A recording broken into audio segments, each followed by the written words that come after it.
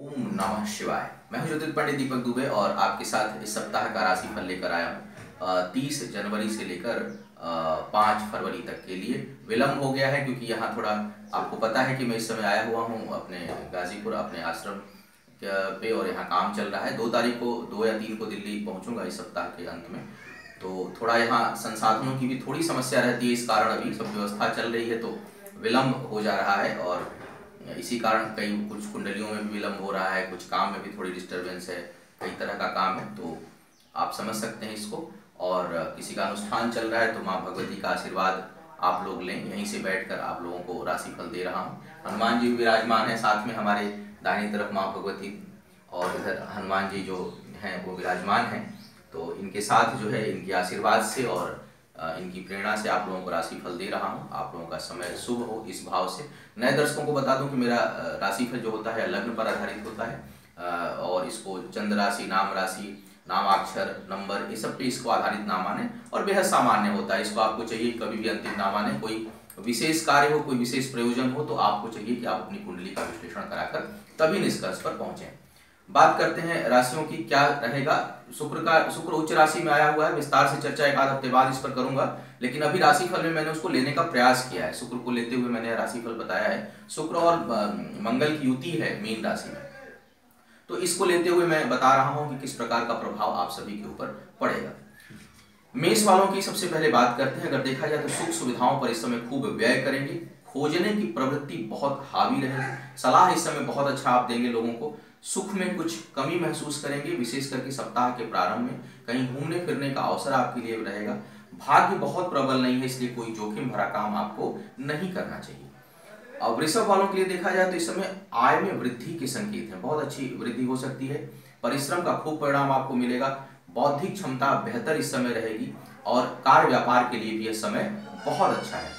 पारिवारिक सुख में कुछ कमी महसूस हो रही है। अभी कहीं न कोई कुछ वाद विवाद हो सकता है या घर परिवार में कोई दुखद समाचार मिल सकता है। इस प्रकार का सितारे संकेत दे रहे हैं। सप्ताह के प्रथम भाग में आपको विशेष सतर्कता बरतनी है। मिथुन वालों को अगर कहूं तो भाग्य पक्ष कुछ कमजोर है, लेकिन बाकी चीजें बहुत मजबूत हैं। बहुत अच्छा सप्ताह दिखाई दे रहा है और बहुत जबरदस्त सप्ताह है। मान सम्मान में वृद्धि होगी। संपत्ति का योग बना हुआ है। प्रारंभ में उत्थान का योग है। पदोन्नति के आसार हैं और स्वास्थ्य बेहतर रहेगा तथा नए प्रेम संबंध बन सकते हैं या वैवाहिक जीवन सुखमय रहेगा। तो आपके लिए यदि मैं देखूं तो यह सप्ताह बहुत कुछ लेकर आया है। बहुत उत्थान परक है।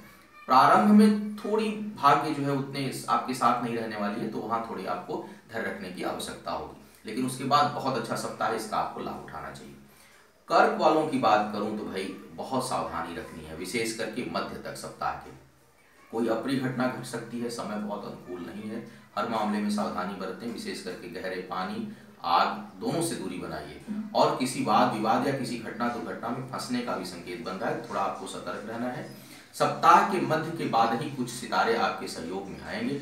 व्यक्तिगत जीवन में बहुत कठिनाइयां हैं। भगवान शिव का नाम लीजिए, माँ भगवती की कृपा हो, यही मेरी शुभकामना है आपके लिए।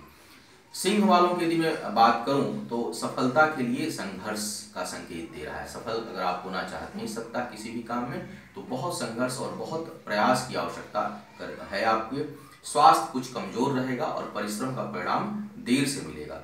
बिना वजह के खर्चे अचानक आपको परेशान कर सकते हैं। एक बात अच्छी है कि इस समय वाणी आपकी संतुलित रहेगी। जो कुछ बोलेंगे बहुत नाप तोल कर बोलेंगे, जिससे वाद विवाद होने की संभावना बहुत कम है और क्रोध पर आपका नियंत्रण इस समय रहेगा, तो यह आपके पक्ष में है। कन्या वालों की यदि मैं बात करूं तो प्रेम संबंधों के लिए बहुत अच्छा सप्ताह है। वैवाहिक जीवन में कोई परेशानी है वो दूर होगी। एक दूसरे का सहयोग मिलेगा, सानिध्य मिलेगा, नए प्रेम संबंध बन सकते हैं। नए प्रोजेक्ट के लिए बहुत अच्छा संबंध, कोई साझेदारी में काम करना चाहते हैं तो उसको आप प्रारंभ कर सकते हैं। शत्रुओं से बचकर रहना है। गुप्त शत्रु परेशान कर सकते हैं आपको। यात्रा में सावधानी आपको रखनी है। सप्ताह के प्रारंभ में बहुत सावधान रहिए, कुछ न कुछ कठिनाई हो सकती है। और इस समय अगर इसके अलावा देखूं तो इस समय सुख का अनुभव करेंगे। उत्थान का योग बहुत प्रबल है, तो कुल मिलाकर यह सप्ताह आपके लिए उत्थानवर्धक है। आगे बढ़ने का अवसर देगा और भविष्य के लिए कुछ अच्छी योजनाएं आप बना पाएंगे। अब तुला वालों की बात करता हूं। तुला वालों के लिए यदि मैं देखूं तो नकारात्मक सोच बहुत हावी रहेगी, बहुत और अतीन्द्रिय महसूस करेंगे। थोड़ी अपनी कामेच्छा पर आपको नियंत्रण रखने की आवश्यकता है और अपनी भौतिक जगत से संबंधित इच्छाओं पर भी थोड़ा नियंत्रण रखिए, क्योंकि आवश्यकता की पूर्ति हो जाती है, इच्छाओं की पूर्ति नहीं होती, बहुत कठिन है। सफलता के लिए बहुत कठिन परिश्रम करना है। अनावश्यक के और बाद में दुख देने वाले संबंध इस समय बन सकते हैं, संभल कर रहिए। नए संबंध बनाने से पहले आय की अपेक्षा व्यय बहुत अधिक है, इस प्रकार का योग आपके लिए बना हुआ है इस सप्ताह। वृश्चिक वालों की बात करूं तो इस समय यह सप्ताह प्रेम संबंधों के लिए अच्छा है। व्यक्तिगत जीवन, दाम्पत्य जीवन में यदि कोई कठिनाई चल रही थी तो हो सकता है कि उसमें भगवान से कृपा से कुछ कमी आए, वहां कुछ आपको राहत मिले। तनाव में भी कुछ कमी होगी, अगर कुछ मानसिक तनाव था तो उसमें कुछ कमी होगी। विपरीत लिंग के जातकों से, अर्थात पुरुष हैं तो स्त्री और स्त्री हैं तो पुरुष, उनसे लाभ का संयोग बन रहा है और निर्णय क्षमता बहुत अच्छी है, तो आप कुछ बेहतर निर्णय ले सके। तो मुझे लगता है कि साढ़े साथी का प्रभाव भी कम हो रहा है आपके ऊपर और समय कुछ अब आपके साथ हो सकता है, उसमें आपके लिए कुछ। तो कुल मिलाकर देखूं तो यह सप्ताह कुछ नरम है, मतलब नकारात्मक नहीं है, बल्कि सकारात्मक दिशा में आपको आगे बढ़ाएगा लगभग हर मामले में।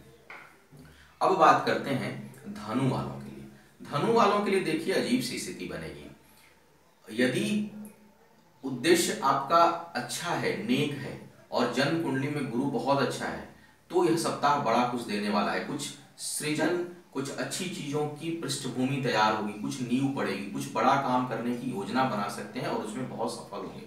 लेकिन अगर कुंडली में गुरु अच्छा नहीं है, गुरु वक्री है, शनि वक्री है या उसकी नीचस्थ है, नीच भाव में है, तो यह अजीब सा मानसिक द्वंद्व उत्पन्न करेगा। एक दुविधा में रहेंगे, इधर जाऊं कि इधर जाऊं, ये करूं कि ये करूं।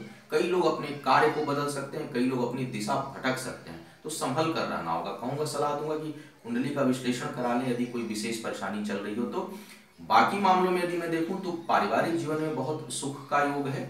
कोई नया जमीन कोई लेना चाहते हैं, कोई भूमि, भवन, वाहन लेना चाहते हैं तो उसके लिए बहुत सहयोगी समय है, आपको लेना चाहिए और वह आपके लिए सुखदायी होगा, परेशानी उत्पन्न नहीं करेगा बल्कि आपके लिए सुख देने वाला हो। तो कुल मिलाकर यदि देखूं तो एक द्वंद्व की स्थिति है।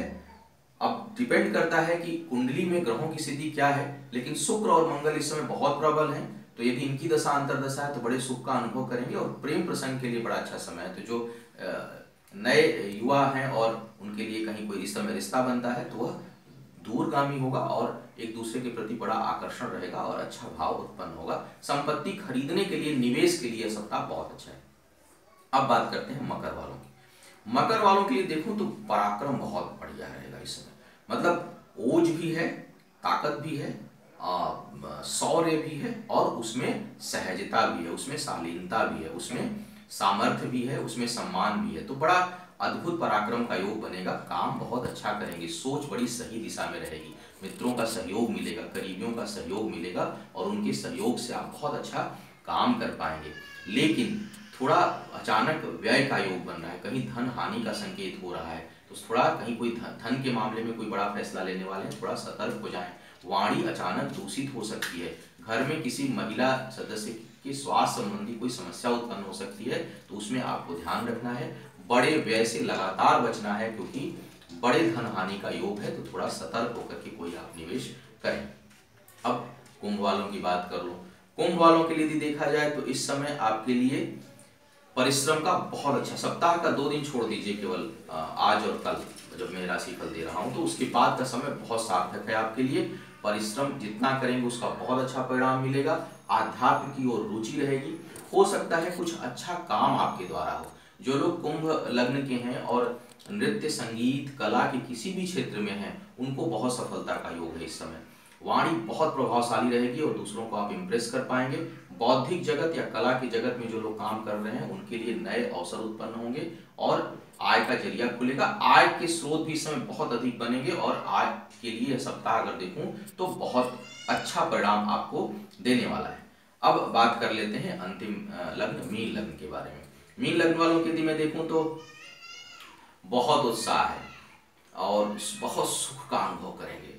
थोड़ी भोग विलासिता की ओर रुचि होगी, भौतिकता की ओर रुचि होगी, थोड़ा नियंत्रण भी करना होगा। तो कहीं द्वंद्व भी रहेगा क्योंकि गुरु और शुक्र का दृष्टि योग भी है, तो कहीं थोड़ा आध्यात्म की ओर भी दिमाग जाएगा, थोड़ा भौतिकता की ओर भी थोड़ी जाएगा दिमाग। कुछ कहीं पूजा पाठ भी कर लें तो कहीं कुछ बहुत से लोग होंगे सोचेंगे चलो शाम को ड्रिंक भी कर लें। तो एक दोनों तरफ रुझान रहेगा और मुझे लगता है कि एक जीवन का आनंद इस समय आप उठाएंगे।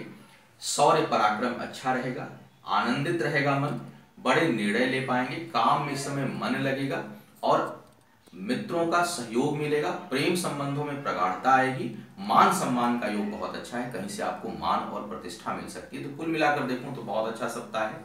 आनंद लीजिए इस सप्ताह का।